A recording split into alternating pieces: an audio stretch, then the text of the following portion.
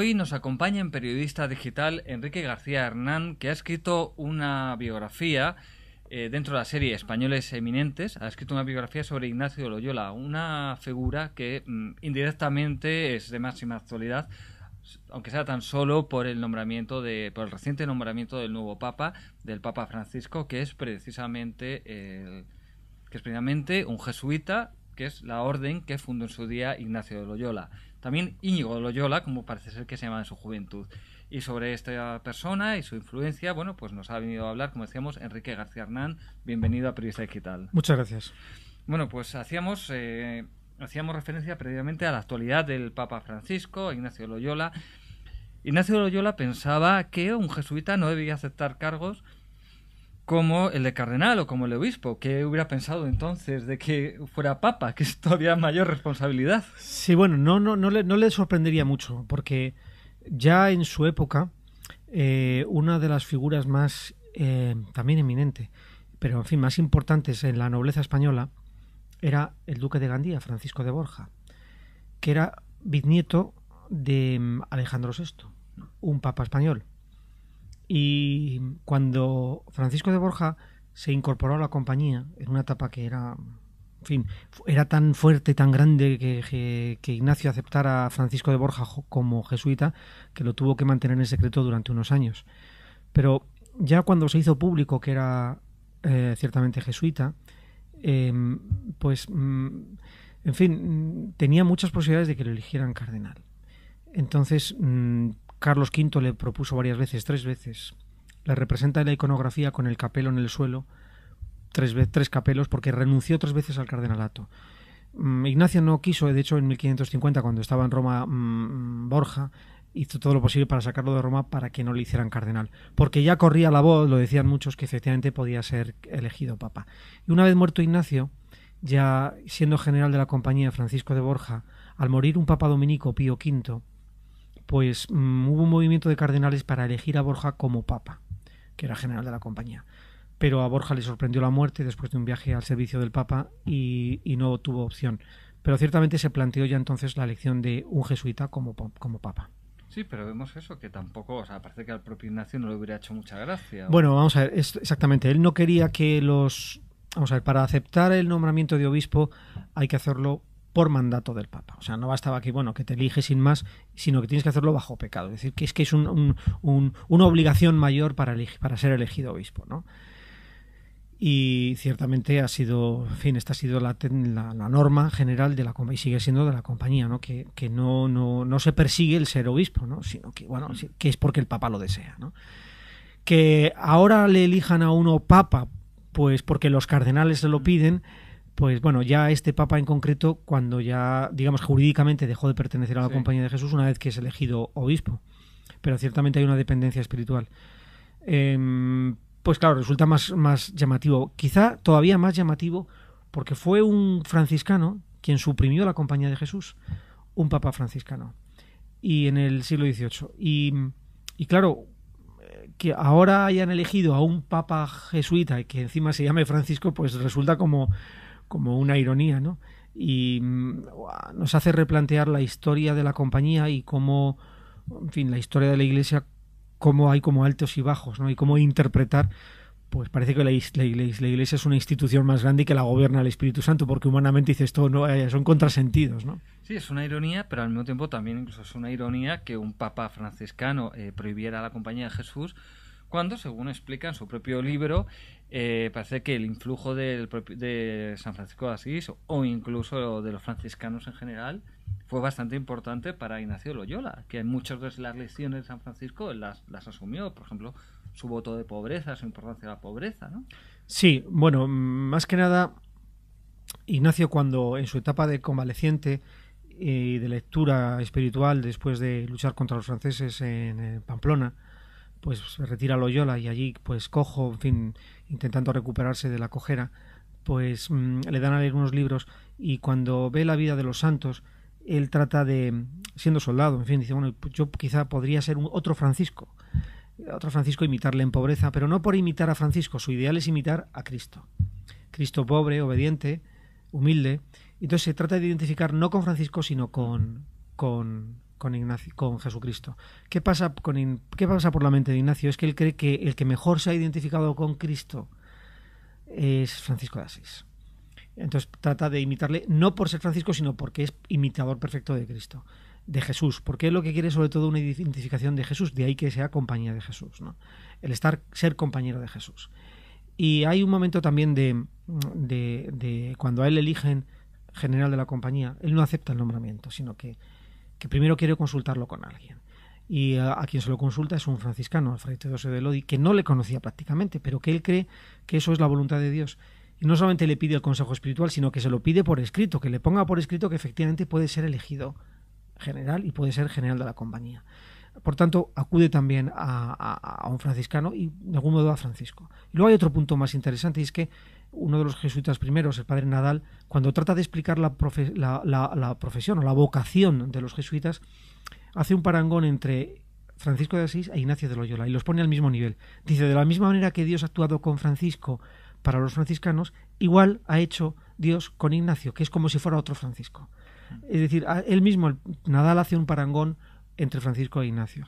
Por tanto, a mí no me ha extrañado, no me ha sorprendido mucho que este papa jesuita pues adopte el nombre de Francisco. Lo veo normal, vamos. Entonces, bueno, es como una imitación del propio sí. Ignacio, vamos. O sea, que a Ignacio de Loyola le hubiera complacido que un discípulo suyo, por decirlo así, un seguidor suyo, sí, aceptara este nombre. Bueno, posiblemente si al propio Ignacio le hubieran elegido papa, pues seguramente hubiera hecho lo mismo, se hubiera puesto por nombre Francisco.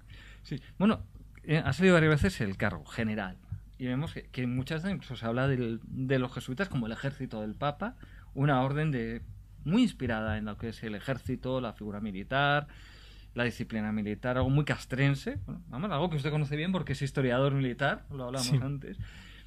De hecho, por ejemplo, el general actual es español también. O sea, sí, Adolfo Nicolás. Entonces, ¿cómo influye toda esta formación, esta juventud militar en Ignacio, a la hora de crear y configurar lo que es la Orden de Jesús, que él no llamaba jesuitas? Sí, bueno, el nombre aparece, aunque no se llamaban entre ellos jesuitas, algunos sí, pero no es una connotación, en principio no es una connotación negativa. Pero bueno, no, por no adentrar en el nombre de los jesuitas, sino Compañía de Jesús o Compañía del Nombre de Jesús, o mínima compañía, como decía también Ignacio.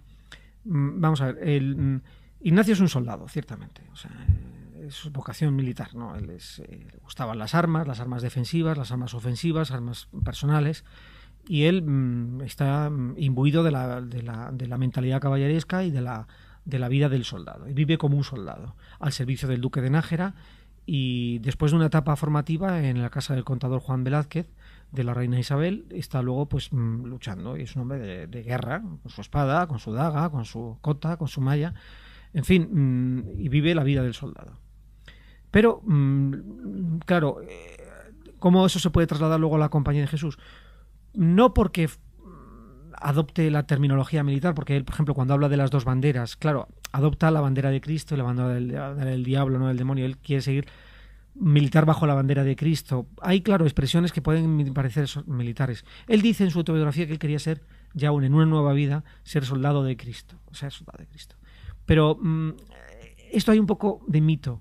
Y es que ocurría que en los primeros años de la compañía, las vocaciones que llegaban, las generales en general, no las más formadas precisamente, sobre todo los que estaban en Roma, pues curiosamente eran de militares. Eran militares, capitanes incluso, pues que alféreces o sargentos, que dejaban la vida militar porque se convertían y adoptaban en fin, volver a ser cristianos, pero desde la Compañía de Jesús, ¿no? Y los recibía Ignacio. ¿Y qué ocurría? Ocurría que Ignacio dijo que cuando uno entraba en la etapa de formación no podía adoptar las nuevas vestiduras religiosas, por decirlo así, porque no existía una vestidura religiosa. No, los sacerdotes vestían como los sacerdotes del lugar. Entonces en Roma los que entraban como jesuitas y eran como novicios vestían con las vestiduras que tenían de soldados. Entonces vestían con sus colores vivos o más discretos, pero vestían, entonces parecía que era una orden de soldados, ¿no? La orden militar, ¿no? Y realmente pues era que se adaptaban. Y en cuanto a la terminología, sí, hay algunos elementos que se pueden considerar de la etapa formativa o de la etapa de soldado. Pero ciertamente él no quería una Compañía de Jesús para ser una compañía militar al servicio de la Iglesia. Él ni siquiera pensaba en Lutero. Él lo que quería era, sobre todo, de servicio a los pobres y de educación a los niños. Eso viene después. Viene después como un antilutero o como la contrarreforma. O sea, le aplican a la compañía como el mejor instrumento del pontificado en paralelo a la Inquisición o incluso para anular a la Inquisición. Otro método para recuperar a la Iglesia es la Compañía de Jesús desde un punto de vista militar por el voto de obediencia tanto al Papa y la obediencia entre ellos, la obediencia ciega. Pero aquí vemos otra ironía, ¿no? Porque al final se convierte la Orden de Jesús en un instrumento de la contrarreforma. Efectivamente. Cuando el propio Ignacio de Loyola pues ni lo pensó. De hecho, en un momento dado, él tiene problemas con la Inquisición, que sospechan Por de él, supuesto, le ven como hereje, le ven como protestante incluso. Efectivamente, sí. Le persiguen, tiene problemas aquí, en España, en París, en su paso universitario, en Roma. Padece numerosos procesos, sí. Es una ironía también, sí. Él, precisamente, que no tenía en su mente nada de Lutero, porque en su epistolario aparece solamente una vez en 7000 cartas. O sea, Lutero para él no es un problema, ¿no? Ni siquiera Calvino. No se lo plantea, pero sin embargo, por el hecho mismo, que es lo que yo desvelo en el libro, ¿no? Por el mero hecho de haber pasado por esos procesos, los que están con él tratan de purificar su imagen y presentarlo como el mejor de los más ortodoxos que hay al servicio del Papa. Y lo primero que dicen es, claro, si es lo mejor para que sea ortodoxo es decir que es español puro, porque no existía ningún español hereje, no podía ser uno español al mismo tiempo hereje, es una contradicción in terminis. Claro, hablamos además de la época de limpieza de sangre, o sea, no está... Sí, también va por ahí, sí. Entonces, por lo tanto, no puede ser nada más que de una limpieza de sangre, que puede ser y puro total, ¿no? Y por lo tanto ortodoxo. No solo eso, sino que además, en todos los procesos que pasó, de todos salió incólume. Y le presentan ya como un verdadero antilutero los contemporáneos. Él no lo veía así, pero los que están a su alrededor le presentan como antilutero. Claro, los protestantes pues vieron que efectivamente los primeros jesuitas podían ser sus mayores enemigos, ¿no? Pero eso no estaba en la mente de Ignacio. En la mente de Ignacio, lo principal es de servicio al Papa. Acerca de las misiones, que es ir allí donde nadie quería ir. Pues los lugares más remotos, pues allí vamos nosotros. De hecho, el Papa, los primeros que envía a la India o a Irlanda, por ejemplo, todavía ni siquiera habían aprobado la compañía. Envía 2 nuncios, uno de Toledo, Salmerón, y uno de Picardía, Broet, y los envía allí a Salmerón y Broet a Irlanda, que nadie quería ir. O a la India. Francisco Javier va de casualidad, porque el que tenía que ir a la India se puso enfermo. Y entonces Ignacio pues dijo, mira, es que se ha puesto enfermo y estaba por ahí Francisco Javier, le dije, ¿tú quieres ir a la India? Dice, bueno, pues sí, voy. Y claro, fue a Portugal y luego tardó más de un año en llegar a su destino. Bueno, ya en Portugal estuvo que esperar un año. Y fue un poco por obediencia, no porque, bueno, pues sí, pero no era el plan. Es decir, que el objetivo no era Alemania, ni Lutero, ni Francia. Eso en Francia tuvo más problemas. Alemania viene después, pues como resultado de la vocación de Pedro Canisio. Bueno, también también hay algo de la etapa de juventud, ¿no? Vemos cómo incluso cuando le persiguen hay una acusación es que él predica sin tener formación. Es algo que se llama la atención, sobre todo en una primera etapa, incluso que hasta cuando está en Alcalá tampoco es que se prepare demasiado, y sin embargo después identificamos a los jesuitas con una formación académica fuera de lo normal dentro de la Iglesia, como excepcional, que suelen ser personas muy preparadas. Pero esto parece que viene más de una segunda etapa, ¿no? Al principio él predicaba más, pero no se formaba mucho. Bueno, antes de la proclamación de las constituciones, de la aprobación definitiva de las constituciones, claro, la compañía se tenía que nutrir de las primeras vocaciones, y como tampoco tenían noviciados, ni tenían universidades, ni lugares de formación, había algunas casas y algunos colegios, pero claro, los primeros que llegaban junto a Ignacio eran básicamente sacerdotes diocesanos, gente que, o seminaristas, o gente, no eran propiamente seminaristas porque no existían seminarios así como en la época del Concilio de Trento, que todavía no estaba en marcha la reforma, pero eran gente que estudiaba en algunas universidades, como sobre todo en Salamanca, o en Valladolid, o en Alcalá, pero claro, no tenían una formación propiamente jesuítica, ¿no? O sea, no estaban preparados, eran gente pues que venían sacerdotes diocesanos. Entonces, algunos venían más preparados y otros menos preparados. Entonces, los primeros que tenía que aceptar Ignacio en la compañía, pues eran pues gente pues que tenían una formación no muy alta, más bien mediana, ¿no? Otros empezaron a despuntar. ¿Qué hizo Ignacio? Ignacio obligó por las constituciones que los que se prepararan, o sea, los que iban a entrar en la compañía, que tenían que tener más estudios de formación, años de filosofía y años de teología. Entonces, claro, exigía un nivel de estudio superior. Para sí mismo, él se exigió también, pero tardó mucho y le costó mucho. No era un hombre de letras. También empezó muy mayor a aprender, o sea, ya pues más de 40 años, ¿no? O sea que le costaba mucho y él se tuvo que esforzar. Él entendía que lo que había recibido en sus primeros años, con 30 años o así, pues que era un encuentro directo, íntimo con Dios, pues que eso podía valer para todos y trató de pasarlo, su experiencia personal, a todos por medio de los ejercicios. Y él pensaba que, y lo siguió defendiendo toda su vida, ¿no?, que no hacía falta hacer grandes estudios en teología o en filosofía para tener un encuentro personal con Dios. ¿Por qué? Porque el más interesado en hablar era Dios. Tú ponte en contacto con Dios directamente. Él decía, ponte en los ejercicios, dice, ponte delante de Jesucristo, que está clavado en la cruz, habla con Él y Él te hablará. Y habla con Él como si fuera como un amigo. Y esto, claro, sorprendía, porque lo decía uno que no tenía estudios.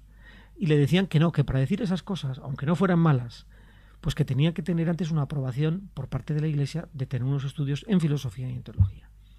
Una vez que los consiguió, pues sí, predicó y paradójicamente una vez que obtuvo la aprobación por parte de la Iglesia es cuando menos predicó, porque en la época de gobierno pues tiene que dedicarse más al gobierno, ¿no? Y de hecho ya prácticamente dio poquísimos ejercicios espirituales. Los ejercicios espirituales los dio antes. Luego ya se dedicó más al gobierno y a otras actividades. Sí. Bueno, también sigamos con los orígenes. Parece ser, bueno, con los orígenes, con la figura en general. Sus orígenes, bueno, soldado, el duque de Nájera, parece que está metido desde muy jovencito o influido de algún modo, pasa por la corte, o sea, él vive de cerca las luchas de poder, la influencia política, la búsqueda de influencia política por unos, por otros, capear los problemas, que siempre estás ahí, siempre te puede caer por alguna parte. ¿Esto cómo influye después en la configuración de la Compañía de Jesús y en la acción de los jesuitas a lo largo del tiempo? O sea, ¿esa experiencia suya en lo que era la política de la época influye en algo? Sí, ciertamente, claro. Aquí hay que distinguir, una cosa es la espiritualidad de Ignacio y otra cosa es la espiritualidad de los jesuitas o la espiritualidad de la compañía, ¿no? ¿Qué ocurre?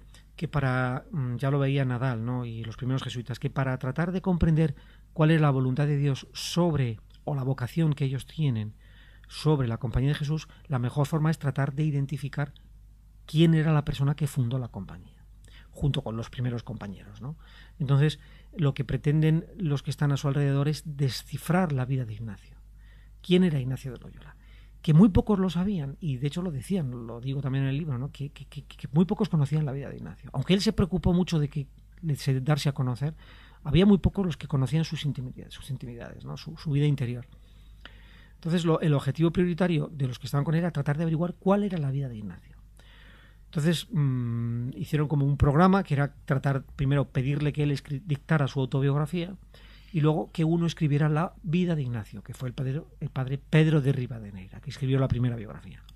La autobiografía, parece ser que quitaron los primeros capítulos, que son los capítulos de su juventud, los que llaman los capítulos de los pecados de su vida, todo eso lo apartaron. No interesaba en ese momento un Ignacio mujeriego, pendenciero. Sí, pues cosas sospechosas, pues lo quitaron, ¿no? Y luego, con respecto a la autobiografía, se mantuvo en secreto. Se consideró como normativa la de la biografía de Ignacio. Entonces, la biografía de Ignacio es una biografía idealizada que se transmite por vía oral. De hecho, Cervantes recibe la autobiografía por vía oral porque él la recibe en los colegios. En Sevilla, en el colegio, él tiene una formación previa y la vida de Ignacio se iba dando boca a boca, sí, ¿no? Se iba dando, y hasta que no llega ya mucho más tarde la biografía de Pedro de Rivadeneyra, pues es la biografía de Ignacio, se piensa que es la biografía de la Compañía de Jesús. O sea, que lo que había recibido Ignacio, parte de lo que él había recibido, tenía que transmitirse también a la Compañía de Jesús como una herencia. Luego, poco a poco, se va viendo que no todo es así, que hay cosas que sí son de la Compañía de Jesús y cosas que son privativas de Ignacio y que corresponden solo a él, y no todos los demás tienen por qué tenerlo. Pero sin embargo vemos que a pesar de esa experiencia y medrar en las difíciles aguas de la política, de saber esquivar los golpes o buscar la influencia, él es una persona que, como cualquiera en su época y en todas las épocas, utiliza cartas de recomendación para conseguir ciertas cosas, sabe moverse bien. Sabe moverse bien. A pesar de eso, vemos que él tiene problemas también. Claro, se mueve en la corte, se mueve en la política, tiene problemas, y es algo que le ocurre a la Compañía de Jesús. O sea, un papa franciscano les prohíbe, son expulsados de muchísimos países por gobiernos de todos signos. O sea, ha sido expulsado por la República, ha sido expulsado por gobiernos de ultraderecha de muchos países, ha sido por gobiernos comunistas. O sea, ya, vamos a ver, hay que tener varios... irónico, ¿no? Vamos a tener dos presupuestos. Dado el caso que efectivamente una de las cualidades que caracteriza a Ignacio, yo digo que la eminencia de Ignacio no está en su santidad, que yo ni se la quito ni se la pongo, ya la tiene y no se trata de santificar ya a un santo, ¿no? Pero una de las cualidades que yo desvelo en el libro es la capacidad de mediación. La de mediación. Suponiendo que eso efectivamente se traslada a la compañía como un don que no era privativo de Ignacio, sino que también pasa a los jesuitas, claro, se ve que en la compañía lo han ejercido mucho. Y una de las consecuencias de la mediación, que puede ser pues una de las consecuencias negativas, o uno de los resultados puede ser perfectamente que no siempre te ven bien. Porque el mediador a veces pues no tiene éxito o van las cosas mal, ¿no? Entonces, Ignacio de Loyola fue un gran mediador, pero en su vida, al final, ya no le quedaba nada para negociar y muere solo, abandonado prácticamente. Muere fuera del gobierno de la compañía, le despojan de la autoridad, le imponen un vicario y prácticamente cuando le van a pedir la bendición al Papa, vamos, su secretario ni va por ella, ¿no? Ya cuando ya está moribundo, va a que está moribundo, ¿no? Para que se la den. Porque está como, ya no tiene nada. ¿Qué ocurre en esta capacidad de mediación que ha tenido a lo largo de su vida? Que él la sacrificó, él renunció a todo por salvar la compañía, porque la compañía saliera adelante. Fue un continuo ceder y ceder y ceder. En este sentido, creo que este libro ayuda a comprender la historia de España y como una España posible, que él la veía por medio de la negociación. En este sentido, yo diría que si Ignacio viviera hoy, diría, bueno, pues que claro, él no renunciaría que era español. Claro que soy español. Pero además veía una España posible, que es la España de la negociación, la España del ceder, a veces con ánimo de recuperar y a veces cuando no hay posibilidad de recuperación, pero que es una España posible, bien articulada. ¿Cómo? Por medio de la negociación.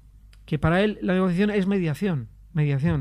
Es un continuo dar y luego recibir. A veces llega un momento que ya no queda nada más que dar porque lo has dado todo, pero parece que aun dándolo todo, no está todo perdido. ¿Qué es lo que le pasó a Ignacio? Con su muerte, la compañía revivió. Porque decían, muere Ignacio y se acabó la compañía de Jesús. De hecho, pasó por una crisis muy grave y a los 2 años eligieron un nuevo general que fue Laínez y la compañía se volvió a recuperar. Con gravísimas dificultades y también todavía con el siguiente generalato, que es con Borja. O sea que la negociación es algo propio de Ignacio que quizá también ha pasado a la compañía y quizá por eso también ha tenido tantos problemas. No deja de ser curioso, ¿no? Que un hombre que apostaba por la negociación era un hombre que en su juventud había incluso luchado en una guerra civil española, porque bueno, la guerra de los comuneros no era más que eso, una guerra... Eran muchas más cosas, pero también era eso, era una guerra civil española. Sí, bueno, él no solamente esa guerra civil, por así, digamos que hubo muchas guerras que él vivió con muchísima, o sea, en sus carnes, ¿no? Ciertamente las miserias de la guerra, de la muerte, o sea, la miseria moral y espiritual de un siglo, de la crisis del siglo XVI, de guerras fratricidas, pues en fin, la vivió no solamente en España, sino en Italia, ¿no? Y luego en Francia. Y la persecución es a muerte, y en fin, él mismo pasó, no ya solo cuando pasó por los procesos diocesanos o de Inquisición, sino incluso procesos militares. Le procesaron las tropas españolas y tropas francesas 2 veces, y se salvó de milagro. Le tomaron por loco porque tenía la costumbre en esa primera época de tratar a todos de tú, y a un capitán le trató de tú. Curiosamente le trató mejor un capitán francés que el capitán español. Y le desnudaron y él dijo, pues me identifico con Cristo porque pensaban que era un espía y que llevaba cartas secretas, pero también luchó contra turcos, incluso ya en su etapa de peregrino, estando en Jerusalén, tiene que defender el convento, el monasterio franciscano del Monte Sion, lo tiene que defender contra una incursión de turcos, y él tenía una daga y unas tijeras y con lo que llevaba en la mano pues tenía que hacer parapetos y protegerse. Y bueno, y a lo largo de su vida, pues la lucha, incluso en Roma, ¿no? Estoy pensando que muere Ignacio, y una de las cosas que hace el Papa a todos los jesuitas les pone a cavar trincheras para luchar precisamente contra las tropas españolas que van a invadir Roma. Sí. O sea que la miseria, o sea, el siglo XVI es un hilo de guerras. Claro, él vivió desde que nace, nace bajo el signo de la guerra. Estoy pensando, por ejemplo, en la recuperación de Granada en 1491, ¿no? O la lucha contra los turcos en el norte de África contra el Imperio Otomano, la recuperación de Argel por el cardenal Cisneros, o en fin, Navarra, la lucha contra Navarra, ¿no? Curiosamente tiene que pelear contra tropas que luego con Francisco Javier, que eran de los suyos, ¿no? O sea, en fin, esto no podemos alargarnos, Sí. pero, o sea, la lucha, la guerra es algo propio no de él, sino del siglo, ¿no? Sí. Del siglo. Por eso el que se adentra en el libro se adentra en la historia de España y en la crisis del siglo XVI. Bueno, ya para terminar, podemos decir que Ignacio de Loyola es uno de esos grandes españoles que realmente nunca hemos llegado a conocer el conjunto de los españoles, que están demasiado olvidados. Tiene muchas capas, está sepultado por muchas imágenes de Ignacio, por muchos Ignacios. Una de las dificultades, quizá la mayor, que he tenido en la producción de este libro y la investigación, era ir quitando la cantidad de capas que tiene Ignacio. Porque claro, ya solamente la iconografía le ha representado de tantas maneras. Entonces, hay muchos Ignacios, ¿no? El Ignacio protestante, el Ignacio ultracatólico, el Ignacio peregrino, el Ignacio pobre, austero, el Ignacio obediente, el Ignacio místico, ¿no? El Ignacio de los ejercicios, el Ignacio en la cueva de Manresa, el Ignacio general de la Compañía de Jesús, el Ignacio pues con su siempre ya con su vestido sacerdotalmente, ¿no? De Rubens. En fin, hay muchos Ignacios. ¿Cuál es el verdadero Ignacio? ¿Cuál es el verdadero rostro de Ignacio de Loyola? Pues este ha sido un poco el esfuerzo del libro, ¿no? Ir a las fuentes originales y representar un hombre de carne y hueso, no del santo que fue o que será, sino el hombre que fue, ¿no? El hombre real que tenía sus limitaciones físicas, un hombre enfermizo, pequeño, débil, pero al mismo tiempo con una gran capacidad de persuasión y de mediación. Y un hombre con una voluntad muy grande de hacer siempre lo que creía que tenía que hacer, aunque se hundiera el mundo. Y esa voluntad de la determinada determinación que él decía, de hacer todo lo que tenía que hacer porque Dios se lo pedía, ¿no? Entonces eso aparece en el libro. Por tanto, el Ignacio que van a encontrar los lectores en este libro es un Ignacio cercano, humano, no el místico de que está en continuo diálogo con la Trinidad o que ve a la humanidad de Jesucristo, sino el hombre que trata de conseguir unos objetivos concretos a lo largo de su vida, con sus limitaciones físicas y sus limitaciones también espirituales, y cómo trata de superarlas, ¿no? Y continuamente un fundar la compañía con la ayuda de otros, pero con mucho esfuerzo, ¿no? Con mucho esfuerzo, y ahí aparece pues un Ignacio que quizá se nos da es un poco patético, da un poco de pena, pero también es más cercano. Por lo tanto, creo que es un Ignacio español, eminente y cercano al mundo de hoy. De acuerdo, pues con esto podemos dar por terminada esta conversación sobre Ignacio de Loyola, y en realidad hemos hablado también sobre los jesuitas en general, el Papa actual. En fin, una figura que ha cobrado mucha actualidad, así que bueno, pues muchísimas gracias por haber venido a hablar de este libro. Muchas gracias a vosotros. Gracias.